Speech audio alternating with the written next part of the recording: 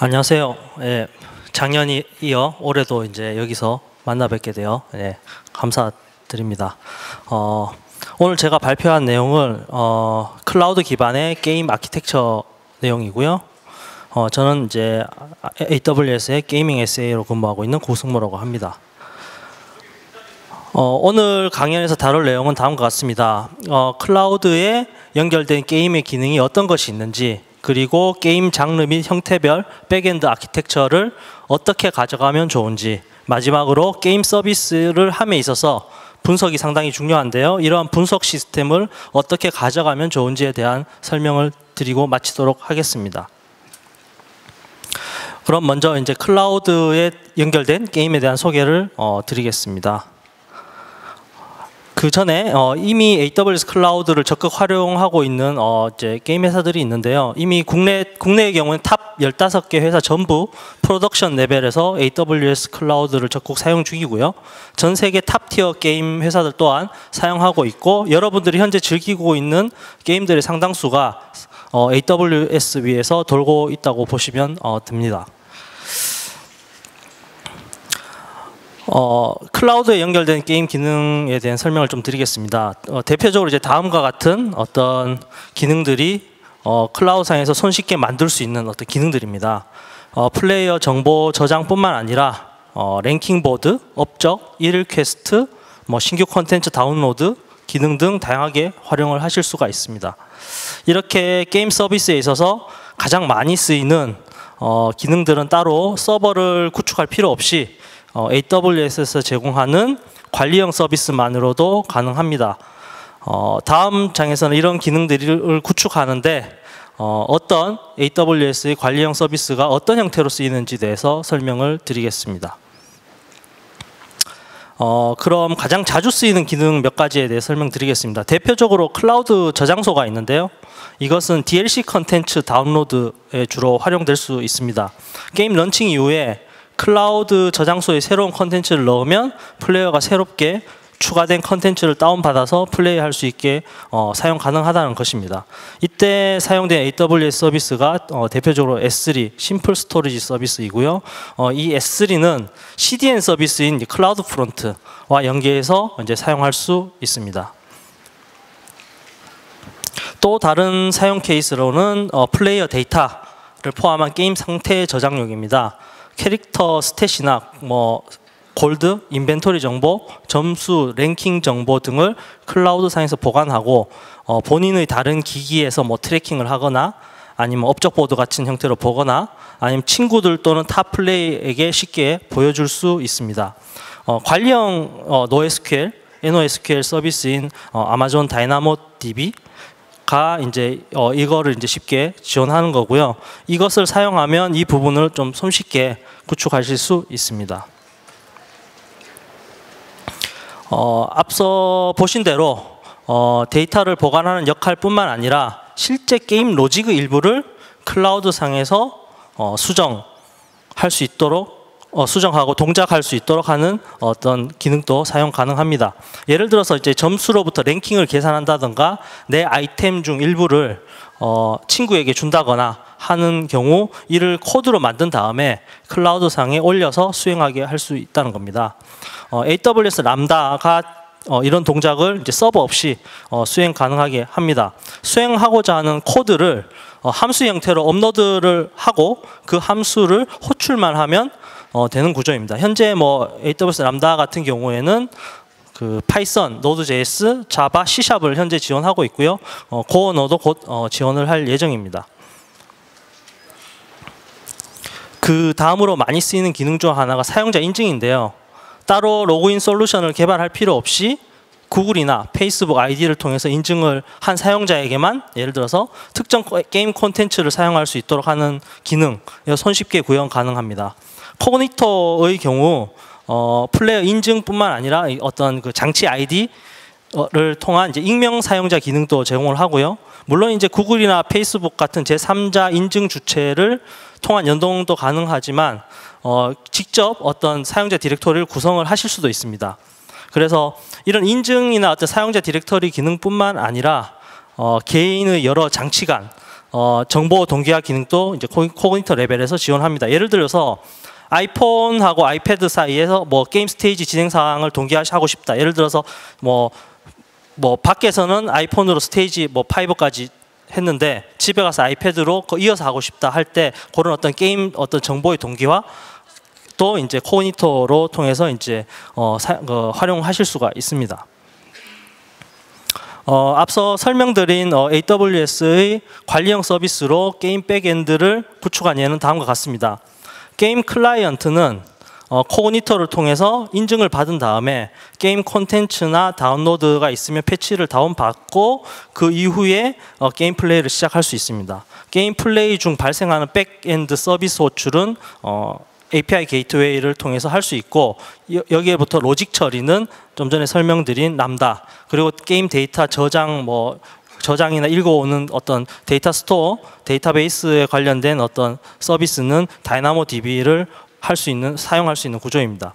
보시다시피 이 경우는 직접 서버를 따로 구축하지 않고서도 게임 서비스를 위한 백엔드를 손쉽게 구성하실 수 있습니다. 이러한 형태를 어떻게 보면 서버리스 아키텍처라고 하죠. 보시는 그림은 아마존의 리전 간 글로벌 네트워크를 나타내는 건데요. 게임 제작에 있어서 이것을 적극 활용하실 수도 있습니다. 한국은 여기 있죠. 네. 그럼 아마존 글로벌 네트워크를 사용하는 것에 대해서 게임 프로토콜에 따라서 어떻게 사용하는지에 대한 부분을 설명을 드리겠습니다. 먼저 이제 HTTP 프로토콜을 사용하는 경우에는 즉 웹 서비스 형태의 백엔드를 사용하는 게임의 경우에는 클라우드 프론트, 좀 전에 설명드린 클라우드 프론트를 사용하는 것만으로도 다음과 같은 효과를 보실 수가 있습니다. 클라우드 프론트의 캐시 기능뿐만 아니라 엣지와 오리진 사이에 어떤 그 최적화된 아마존 글로벌 네트워크를 활용함으로써 동적 컨텐츠, 즉 풋 요청에 대해서도 좀 더 일관적인 성능을 보실 수가 있습니다. TCP, UDP의 경우에는 직접 가까운 리전에 EC2 위에 프록시를 설치해서 패킷을 포워딩하는 것으로도 비슷한 효과를 보실 수가 있습니다. 그래서 이 그림은 TCP, UDP 형태의 백엔드를 갖는 게임의 예입니다. 예를 들어서 한국의 플레이어와 유럽의 플레이어가 버지니아에 있는 게임 서버에 붙어서 실시간 게임을 하는 경우에 대한 예고요. 예를 들어서 인터넷으로 바로 이렇게 직접 접근해서 하실 수도 있습니다. 물론. 그렇지만 기본적으로 아마존 리전 간 통신은 아마존 글로벌 전용 네트워크를 사용하기 때문에 좀 더 일관된 패킷 전달을 직접 확인을 하실 수 있습니다. 그래서 보시다시피 가까운 리전에 한국 유저들을 위한 서울 리전, 유럽 유저들을 위한 프랑크푸르트 리전에 프록시를 두고 이것을 이제 패킷을 이제 포워딩하는 방식으로 글로벌 네트워크의 장점을 이제 누릴 수 있다는 거죠. 물론 이제 지역적으로 이미 워낙 멀기 때문에 어떤 빛의 속도보다 빠를 수는 없잖아요. 그래서 그 지연 시간은 반드시 발생할 수밖에 없습니다. 그래서 이런 지연은 사실 게임 콘텐츠 내에 잘 숨길 필요는 있습니다. 보시다시피 이렇게 활용해서 이제 서비스 중인 게임도 꽤 많이 있는 편이고요. 지금까지는 이제 게임 서비스에 있어서 AWS가 제공하는 어떤 인프라적인 장점 위주로 설명을 드렸고요. 이제부터는 게임 장르별로 어떻게 AWS 인프라를 잘 활용할 수 있는지에 대한 설명을 드리겠습니다. 클라우드와 보통 연동해서 동작하는 멀티플레이어 게임은 크게 세 가지 형태입니다. 도탑전기나 클래시 오브 클랜 같은 비동기형 게임이 있고요. MMORPG와 같이 월드가 지속되는 형태의 게임이 있고 마지막으로 매칭을 통하거나 직접 방 만들어서 하는 게임 형태로 한 판 한 판 게임의 시작과 끝이 명확한 형태의 세션형 게임이 있습니다. 대표적으로 LOL, 오버워치, 클래시 로얄 같은 게임이 이 세션형 게임에 해당되죠. 그럼 이제부터 이 세 가지 형태의 멀티플레이어 게임별로 AWS 상에서 어떻게 아키텍처를 잡으면 좋은지에 대한 이야기를 하겠습니다. 첫 번째로 비동기형 게임인데요. 이 게임은 사실은 서버를 구축하지 않고서도 좀 전에 설명드린 AWS에 제공하는 관리형 서비스만으로도 충분히 백엔드 구축이 가능합니다. 이런 형태의 아키텍처를 서버리스 아키텍처라고 하죠. 주로 이제 웹 서비스 형태의 백엔드를 서버리스 형태로 전환이 가능하고요. 뭐 어떻게 보면 스테이트리스한 어떤 서비스죠. 직접 웹 서비스를 구축하고자 하는 경우에는 뭐 주로 서버리스를 쓰지 않고, 이 경우에는 주로 2티어 또는 3티어의 구조로 설계하게 됩니다. 웹 서비스의 형태의 백엔드는 사실 비용 효율화가 상당히 쉽습니다. 특히 AWS에 제공하는 뭐 오토 스케일링 기능을 활용한다든가 뭐 그런 걸 통해서 스파이키 로드에 대한 분산을 좀 쉽게 하실 수 있죠. 그리고 값싼 스팟 인스턴스, 입찰 기반의 스팟 인스턴스를 사용할 수도 있죠. 그래서 다음 아키텍처는 전형적인 어떤 2티어 웹 애플리케이션 아키텍처입니다. 사실 상당수의 모바일 게임이 여전히 이 아키텍처를 많이 사용하고 있는 추세고요. 첫 번째 티어는 사실은 보면은 게임 로직을 처리할 수 있는 웹 서버들이에요. 그리고 두 번째 티어는 게임의 상태를 저장할 데이터베이스 서비스들이 자리 잡고 있습니다. 데이터베이스 RDBMS뿐만 아니라 뭐 캐시 서비스 등등 이런 것도 같이 자리 잡고 있죠. 그리고 ELB, 일라스틱 노드 밸런싱 과 이제 오토 스케일링을 통하여 첫 번째 티어 웹 서버들을 자유롭게 스케일 인 아웃을 할 수 있기 때문에 몰려드는 플레이어들의 부하를 처리할 수 있음은 물론, 사용자가 적을 때에는 스케일 인을 통하여 이제 비용 효율적인 인스턴스 유지를 할 수 있습니다. 또한 이제 그 AWS의 멀티 에이지 기능을 통하여 데이터베이스 티어에서도 고가용성을 확보할 수 있기 때문에 중단 없는 게임 서비스가 가능합니다. 즉 이제 마스터 노드가 죽더라도 자동으로 이제 슬레이브로 뭐 페이로버를 시킬 수도 있고, 일라스틱 캐시 같은 레디스 같은 경우에도 이제 그런 어떤 페이로버 메커니즘을 지원하기 때문에 어떤 이제 마스터가 죽더라도 이제 중단 없이 이제 서비스를 유지할 수 있다는 거죠. 그 마지막으로 게임의 경우 사실 업데이트나 패치가 상당히 잦은데요. 플레이어가 사실 빠르게 게임 진입을 하는 게 상당히 중요하잖아요. 그거 진입을 빨리 못하면 접어버리죠, 아예. 그렇기 때문에 빠르게 게임 진입을 하기 위해서는 빠른 어떤 패치 전달하고 적용이 필요합니다. 이 경우에는 이제 클라우드 프론트를 통하여 S3인 업데이트를 아주 빠르게 플레이어들의 클라이언트에 직접 전달이 가능합니다. 요즘은 그 코드 레벨, 코드도 직접 이제 컴파일해서 새로 올리지 않고 스크립트 수준에서 그냥 클라우드 프론트에서 배포를 해버려요. 그러면 이제 게임 실행과 동시에 그 스크립트를 적용해서 이제 게임 로직을 그냥 이제 바꾸는 구조로도 많이 사용하는 것을 확인할 수 있었습니다. 그다음 3티어 웹 애플리케이션 아키텍처인데요. 2티어와 크게 사실 다르지 않습니다. 다만 이제 웹 서버에서 수행하는 비즈니스 로직들을 따로 앱 서버로 이제 분리한 것이 가장 큰 다른 점이라고 볼 수 있고요. 즉 어떤 요 미드 티어, 중간 레벨의 티어의 애플리케이션 로직을 담당하는 전용 앱 서버들을 두는 구조라고 보실 수 있습니다. 보통 게임 로직 처리에 이제 시간이 오래 걸리는 작업이 있거나 애플리케이션 레벨에서의 분산 처리나 트랜잭션 처리, 큐잉해야 되는 경우가 좀 많을 때 이런 3티어 구조로 이제 가게 됩니다. 즉 게임 콘텐츠가 이러한 기능을 많이 사용해야 하는 경우라면 아까 전에 보는 2티어보다 3티어 형태 웹 서비스 아키텍처를 적용하시면 좀 편합니다. 그래서 비동기형 게임에 대한 수백만 이상의 플레이어를 처리하기 위한 AWS에서 뭐 보여줄 수 있는 레퍼런스 아키텍처는 다음과 같은 형태입니다. 사실 백엔드 로직이 좀 단순하면 좀 전에 설명드린 2티어 아키텍처만으로도 사실 충분합니다. 그렇지만 일반적으로 복잡한 로직이 많이 들어가는 경우 의존성 문제도 많이 발생할 수 있죠. 그렇기 때문에 로직을 따로 떼서 둔 3티어 의 형태로 많이 적용하기를 추천드리는 거고요. 그리고 그 데이터베이스 티어에서도 성능 확보나 이제 스케일링 이슈가 있기 때문에 읽기 워크로드를 대한 오프로딩을 읽기 어떤 복제본을 통해서 분산을 한다든가 캐시 레이어를 따로 둬서 어떤 데이터베이스에 몰리는 그런 부하를 줄여주는 것을 이제 하기를 사실 많이 추천드리는 거라고 볼 수 있습니다.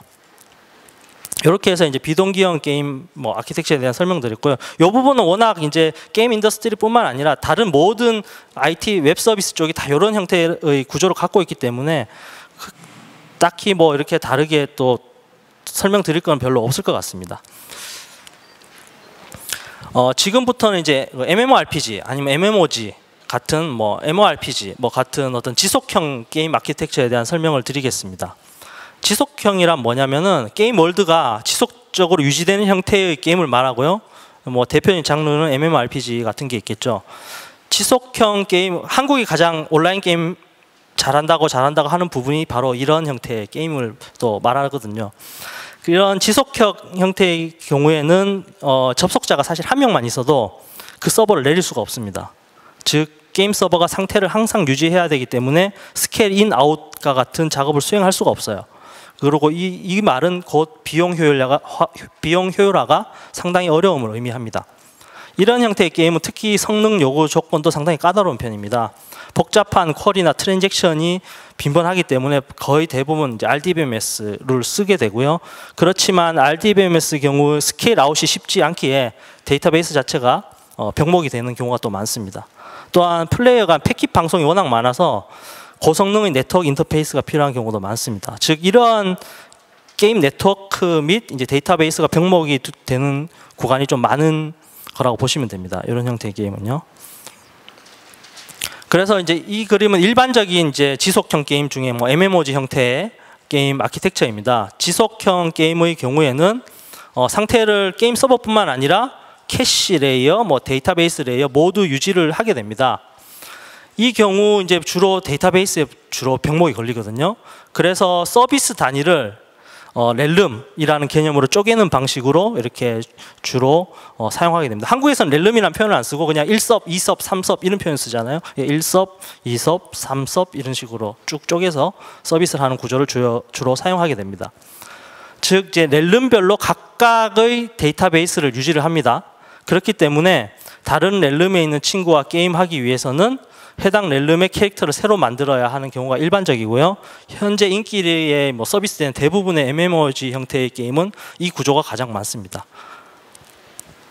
잘 아시죠? 서버 선택하고 들어가고 다른 서버 가면 캐릭터 새로 만들어야 되고 이전하려면 뭐 돈 내고 이전 신청하고 사실은 데이터베이스 쿼리를 덤프 떠다가 옮기는 작업을 해주는 거거든요. 과거에는 다른 렐름에 있는 친구들과 함께 게임하기 위해서는 이제 이런 어떤 이전 작업이 있어야만 가능했습니다. 그러나 지금은 클라우드를 활용한 고성능의 어떤 USQL이라는 뭐 표현을 쓰던데 그런 종류의 DBMS 엔진이 나오고 있기 때문에 이런 부분은 상당수 해소가 가능해졌습니다. 클라우드 기반의 이제 고성능 뭐 RDBMS 류인 뭐 아마존 오로라 같은 것을 사용하면 렐름별로 데이터베이스를 쪼개지 않고 하나의 통합 데이터베이스에 캐릭터 정보를 담고 이를 처리할 수 있습니다. 즉 여러 게임 렐름의 데이터베이스 랩에서 통합이 가능하기 때문에 플레이어가 쉽게 뭐 렐름 간 오갈 수 있는 컨텐츠 제작도 좀 가능해진 상황입니다. 물론 게임 백엔드를 렐름별로 쪼개지 않고 하나의 통합 월드, 원월드 게임을 구성한 사례도 있습니다. 대표적으로 뭐 이브 온라인이라는 게임이 있고요. 넥슨의 뭐 듀랑고 같은 게임도 여기에 해당하는데요. 이 경우는 스케일링 가능한 데이터베이스 RDBMS 쓰지 않고 스케일링이 좀 가능한 형태의 NoSQL, NoSQL류의 데이터베이스를 쓰거나 원래 데이터베이스를 직접 샤딩을 해서 수동 샤딩을 해서 사용하는 경우가 많습니다. 사실 MMOG나 이런 어떤 지속형 형태의 게임의 경우에는 게임의 컨텐츠에 따라 아키텍처가 천차만별이기 때문에 그 아키텍처도 그 게임의 콘텐츠에 따라 구성되는 것이 사실 일반적입니다. 그래서 일반적으로 뭐 이렇게 딱 맞다 하는 아키텍처가 존재하는 것은 아닙니다. 그렇지만 일반적으로 두 가지는 있는 거죠. 네트워크나 데이터베이스의 병목은 이제 주로 발생한다라는 거죠. 그래서 앞서 설명드린 뭐 병목에 있어서 네트워크 자원 병목되는 경우가 많습니다. 왜냐하면 그 아주 작은 패킷을 빈번하게 전송하는 경우가 많기 때문입니다. 그래서 네트워크 대학보다는 어떻게 보면 높은 PPS, 패킷 퍼 세컨드 지원이 필요합니다. 문제는 높은 수준으로 패킷 전송을 위해서는 네트워크 인터럽트 처리에 대한 어떤 스케일링이 사실 내부적으로 가능해야 됩니다. 일반적으로 가상머신, 클라우드는 거의 가상머신이잖아요. 가상머신은 네트워크 인터럽트 처리를 하나의 코어에서 하기 때문에 CPU 코어가 아무리 많더라도 그 코어들을 제대로 활용하지 못하고 하나의 코어의 네트워크 인터럽트 처리에 스로틀링이 걸리는 경우가 허다합니다. 즉 전체적인 CPU 사용률 및 메모리 리소스는 상당히 여유로운데 빈번한 패킷 처리로 특정 CPU 코어에 100% 치는 경우가 이에 해당하는 거고요. 그래서 AWS 상에서는 ENA라는 전용 네트워크 아답터를 제공합니다.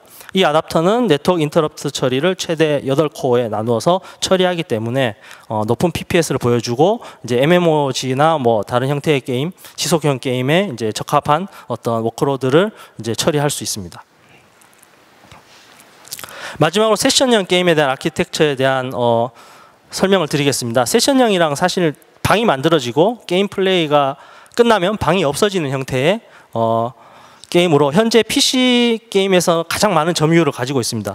그리고 현재 추세가 모바일 게임에서도 점점 이러한 형태의 게임이 늘어나고 있는 상황입니다.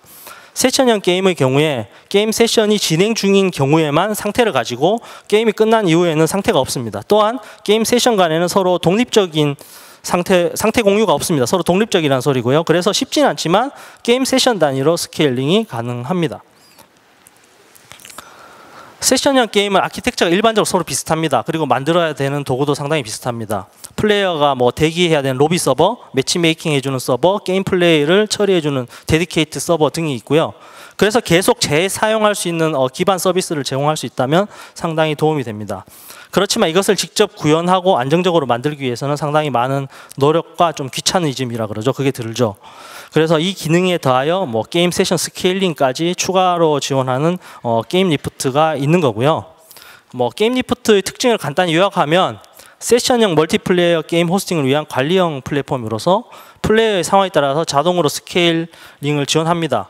또한 이제 AWS의 글로벌 인프라를 손쉽게 활용할 수 있기에 전 세계 플레이어들의 어떤 로우 레이턴시로 최적화된 게임 경험을 이제 제공할 수 있습니다. 자세한 거는 이따 뭐 오후에 계속 진행되는 게임 리프트 세션에서 직접 확인하시면 될 것 같습니다. 이 아키텍처는 이제 뭐 주로 게임 리프트를 활용한 일반적인 세션형 아키텍처이고요. 보시다시피 세션형 게임의 경우 게임 리프트를 사용하면 아주 쉽게 게임 백엔드를 구축하실 수 있습니다. 물론 이제 게임 서버들의 스케일 인 아웃, 그러니까 플리스라는 개념이 있어서 스케일 인 아웃을 통해서 자동으로 해주거든요. 해줘서 이제 비용 효율적인 서버 운영이 가능하고 더불어 이제 디도스 방어 같은 부가적인 이점도 누릴 수 있습니다. 마지막으로 게임 서비스에 있어서 빼놓을 수 없는 부분이 게임 분석 시스템인데요. 보통 게임보다 이 분석 시스템을 먼저 AWS 상에 올려서 쓰는 경우가 많습니다. 그 이유는 AWS만의 다양한 기능과 장점이 있기 때문인데요. 구체적인 내용은 다음 슬라이드부터 설명드리겠습니다. 분석을 위한 게임 데이터의 일반적인 흐름은 다음과 같습니다. 주로 이제 키네시스 같은 큐잉 서비스를 통해서 데이터 소스를 뭐 S3에 쌓고요. 그 다음에 EMR 같은 이제 하둡 프레임워크를 통해서 정형화 작업을 주로 합니다. 로그를 이제 특정 포맷으로 떨군다든지 하는 작업을 한 다음에 다시 그 결과를 S3에 쌓습니다.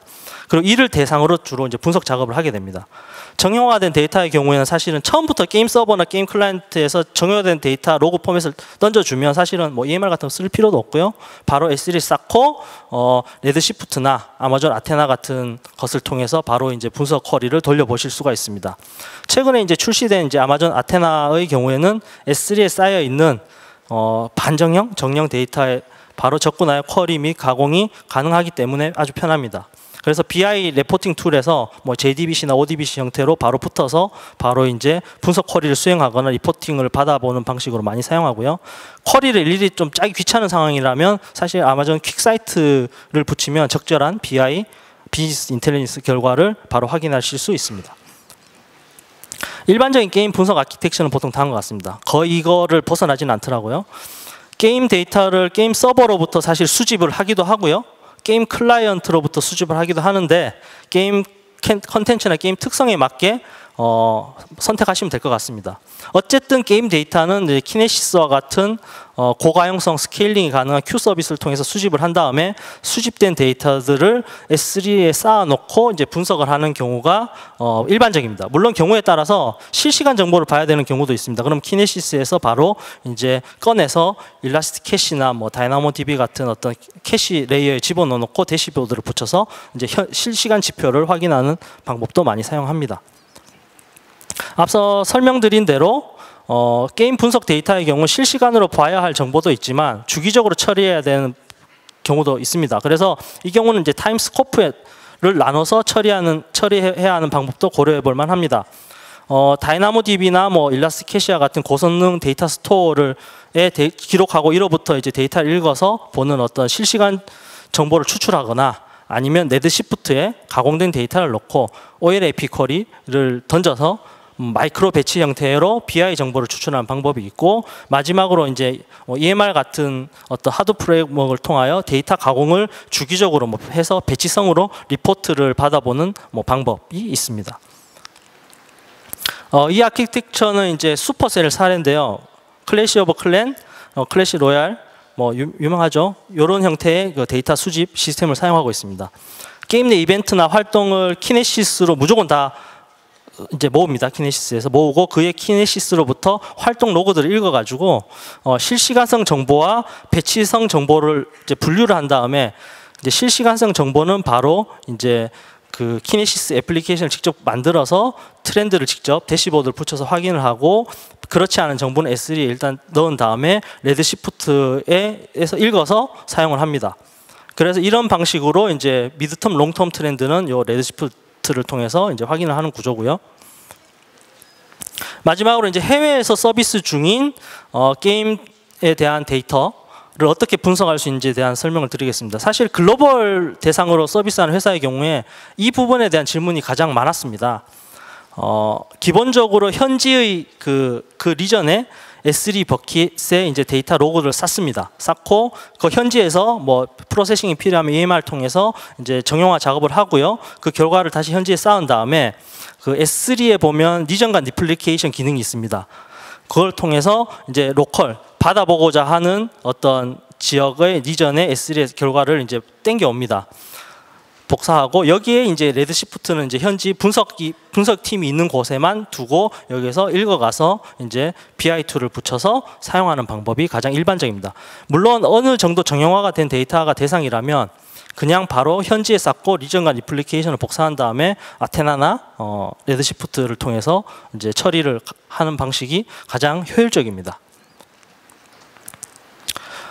마지막으로 이제 게임 회사분들께 따로 제공되는 유용한 정보를 설명을 좀 드리겠습니다. 매달 사실 AWS에서 발행하는 게이밍 뉴스레터가 있습니다.